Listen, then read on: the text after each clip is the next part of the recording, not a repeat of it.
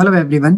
अगर आप flood mapping सीखना चाहते हैं कि फ्लड मैप कैसे बनाया जाता है तो इसका सबसे पहला कदम है सही सैटेलाइट डेटा डाउनलोड करना। अभी जैसा कि आपको पता है असम स्टेट के अंदर फ्लड आया हुआ है। अगर आप असम स्टेट का फ्लड मैप बनाना चाहते हैं तो आपको कौन सा डेटा डाउनलोड करना चाहिए वो इस वीडियो में हम सीखेंगे। और अगर आप बिगनर्स हो तो आप असम स्टेट पर अपना एक प्रोजेक्ट प्रिपेयर कर सकते हो फ्लड का। इससे आपका बेनिफिट ये होगा कि एक तो आपका रिज्यूम स्ट्रॉन्ग होगा, आपका पोर्टफोलियो स्ट्रॉन्ग होगा, आप सीख भी जाओगे कि कैसे फ्लड मैप बनाया जाता है। तो आप असम स्टेट पर अपना एक फ्लड मैप है वो बना सकते हो, अपना एक छोटा सा प्रोजेक्ट प्रिपेयर कर सकते हो। हम सीखेंगे कि कौन सा सैटेलाइट डेटा हमें डाउनलोड करना चाहिए अगर हम फ्लड मैप बनाए। तो इसका बेस्ट जो एग्जांपल है वो है सेंटिनल। आप सेंटिनल वन का सारा डाटा डाउनलोड कर सकते हो। अभी हम सीखेंगे स्टेप बाय स्टेप कैसे आपको करना है, फ्री में आप डाउनलोड कर सकते हो। अब क्वेश्चन है कि सेंटिनल वन का ही सार डेटा क्यों डाउनलोड करना चाहिए। ठीक है, तो ये हम सबसे पहले हम समझते हैं। तो ध्यान से समझो, इसके पीछे दो कारण हैं। अभी जैसा कि आपको पता है इंडिया के अंदर मानसून चल रहा है और आकाश में बादल छाए रहते हैं, इसलिए ऑप्टिकल इमेजेस जो है वो साफ नहीं मिलती हमें। वहीं अगर हम सेंटिनल वन की बात करें तो इसके अंदर जो सार है, सार सैटेलाइट का जो डाटा है वो बादलों के अंदर भी रात में भी इमेजेस लेता रहता है। और दूसरा इसका कारण ये है कि इसका रेजोल्यूशन है वो 10 मीटर का है। तो करते हैं वीडियो को स्टार्ट। तो हम कोपरनिक्स से जो है सेंटिनल का डाटा डाउनलोड करने वाले हैं। आपको बस कोपरनिक्स डेटा स्पेस इकोसिस्टम सर्च करना है और ये जो आपको फर्स्ट वाली वेबसाइट मिलेगी इस पर आपको क्लिक करना है। आप यहाँ से फ्री में डेटा डाउनलोड कर सकते हो, सेंटिनल वन का, टू का, थ्री का, फोर का भी। तो यहाँ पर अब आपको ऑप्शन मिलेगा, देखो एक्सप्लोर डेटा का, इस पर आपको क्लिक करना है। जैसे आप इस पर क्लिक करोगे तो आपके सामने कुछ ऐसा इंटरफेस आएगा। अभी यहाँ पर आपको वर्ल्ड का मैप भी देखने को मिल जाएगा और यहाँ पर आपके पास जो है ऑप्शन आ जाएंगे डेट डालने का, आपको सैटेलाइट सेलेक्ट करने का। बट उससे पहले आपको जो है यहाँ पर देखो लॉगिन का ऑप्शन मिलेगा, तो आपको सबसे पहले लॉगिन कर लेना है। अगर आपने अकाउंट क्रिएट कर रखा है, नहीं कर रखा है, तो आपको सबसे पहले यहाँ पर अपना अकाउंट बनाना होगा। इस पर मैंने एक वीडियो बना रखी है कि आप कैसे जो है कोपरनिक्स पर अपना अकाउंट क्रिएट कर सकते हो। उसका लिंक मैं देखो ऊपर आई बटन में दे दूंगा आपको यहाँ पर, और डिस्क्रिप्शन में मिल जाएगा। तो सबसे पहले आपको अपना अकाउंट क्रिएट कर लेना है, उसके बाद आपको लॉगिन करना है। ठीक है, लॉगिन करने के बाद आपको यहाँ से डेटा डाउनलोड करना है। तो मैं फट सबसे पहले लॉगिन कर लेता हूँ यहाँ से। ओके, मैंने लॉगिन कर लिया है। अब आपको सबसे पहले एरिया फाइंड करना है, जैसे कि हम असम का देख रहे हैं तो यहाँ पर असम का स्टेट ये है इंडिया का। ठीक है, अब जैसे कि आप यहाँ पर देख रहे हो, आप जो आइडेंटिफाई नहीं कर पा रहे हो कि असम का एरिया कहाँ से कहाँ तक का है, तो यहाँ से देखो आपको ऑप्शन मिलेगा। तो यहाँ से जो है आप और असम बैकग्राउंड दे सकते हो, इससे थोड़ा बहुत आपको आइडिया लग जाएगा असम का। ये जैसे कि ये ब्रह्मपुत्र रिवर है, और यहाँ से अगर आप देखो तो कंट्रीज बाउंड्री सेलेक्ट कर सकते हो। लेबल्स ऑप्शन यहाँ से हटा दो आप, ताकि ये जो आपको नाम बीच में शो हो रहे हैं वो ना हो। तो अब आप जैसे देख रहे हो ये इंडिया आ गया है, सेवन सिस्टर इंडिया का, जो कि आप देखोगे तो ईस्ट वाला जो एरिया है वो आ चुका है। अब यहाँ पर आप देख रहे हो ये है ब्रह्मपुत्र नदी, और ये इतना एरिया है वो सारा का सारा असम का है। ठीक है, अब इसमें आपको डाउनलोड कैसे करना है एरिया अपना जो है रीजन ऑफ इंटरेस्ट। तो यहाँ से हम एक बार फिर से कर लेते हैं सैटेलाइट्स को इमेज। तो अब हमें यहाँ पर क्लियर दिख रहा है।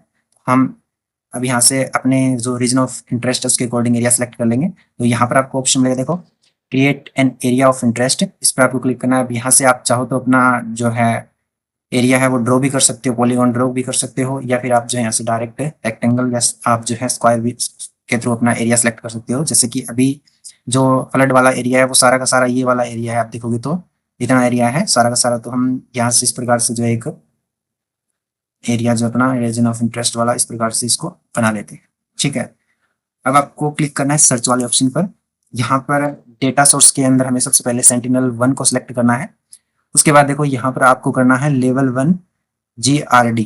ठीक है, GRD सिलेक्ट कर लेना है आपको, और उसके बाद आपको नीचे स्क्रॉल करना है और यहाँ पर टाइम रेंज का ऑप्शन मिलेगा। तो हम यहाँ से जो है दो डेट्स की जो सैटेलाइट इमेज है वो डाउनलोड करना चाहेंगे। जैसे कि एक तो है प्री फ्लड, यानी कि फ्लड से पहले का जो मैप है वो दिखाएंगे हम, और एक है हमारा फ्लड जो है अभी उसके बाद जो एरिया हम जो दिखाएंगे अपने मैप में। तो हम दो मैप बनाएंगे और फिर हम उनका कंपेयर करेंगे। फ्लड से पहले का एरिया कुछ ऐसा दिखता था और फ्लड के बाद जो है एरिया कुछ ऐसा दिख रहा है, तो कितना मतलब एरिया जो है प्रभावित हुआ है, फ्लड से इन्फ्लुएंस हुआ है, इफेक्ट हुआ है, वो हम जो इसके अंदर देखेंगे। तो यहाँ पर मैं जैसे कि अभी आप देखोगे तो यहाँ से कर लेता हूँ। जैसे यहाँ पर मैं 5 जुलाई ले रहा हूँ, और जैसा कि आपको पता है असम के अंदर जो बारिश हुई थी वो हुई थी 19 जुलाई को। उसके बाद जो है ये फ्लड आया था, तो उसके बाद का हम यहाँ से ले लेते हैं। तो हम जैसे कि अभी 25 जुलाई रख लेते हैं। 25 जुलाई और 5 जुलाई, ये 2 डेट हम ले लेते हैं। उसके बाद हम सर्च पर क्लिक करेंगे डायरेक्ट। जैसे आप सर्च पर क्लिक करोगे आपको थोड़ा सा वेट करना है और यहाँ पर आपके सामने डाटा है वो लोड होकर आ जाएगा। तो ये आप देखो डाटा लोड होकर आ चुका है। अब कुछ इस प्रकार से जो है ये देखो आपके पास टाइल्स आ चुकी हैं। ठीक है, अब यहाँ से आपको डाउनलोड कैसे करना है, तो डाउनलोड करने के लिए जैसे कि आप हमारा अपना जो एरिया है वो ये वाला एरिया है, तो इस टाइल्स के अंदर आप देख रहे हो ये एरिया कवर हो रहा है और इस टाइल्स के अंदर भी एरिया कवर हो रहा है। ठीक है, तो हम जैसे इस पर यहाँ पर क्लिक करेंगे और हम जैसे यहाँ पर क्लिक करेंगे तो आपके सामने देखो यहाँ पर 4 रिजल्ट्स शो हो गए हैं, मतलब टोटल 4 सैटेलाइट इमेजेस आ चुकी है। अब इसमें आपको देखना है जैसे कि यहाँ पर डेट आपको शो हो जाएगी, सेंसिंग टाइम्स इसमें आप देख रहे हो। तो अभी 22 की हमारे पास इमेज है, यानी कि 22 जुलाई की है। उसके बाद देखोगे यहाँ पर आप तो 20 जुलाई की है। उसके बाद नीचे स्क्रॉल करोगे, नीचे देखोगे तो यहाँ पर हमारे पास 10 जुलाई की है और यहाँ पर एक हमारे पास 8 जुलाई की। तो हमारे पास 8 जुलाई की है एक इमेज और एक हमारे पास यहाँ पर 10 जुलाई की, एक हमारे पास 20 जुलाई की, एक हमारे पास 22 जुलाई की।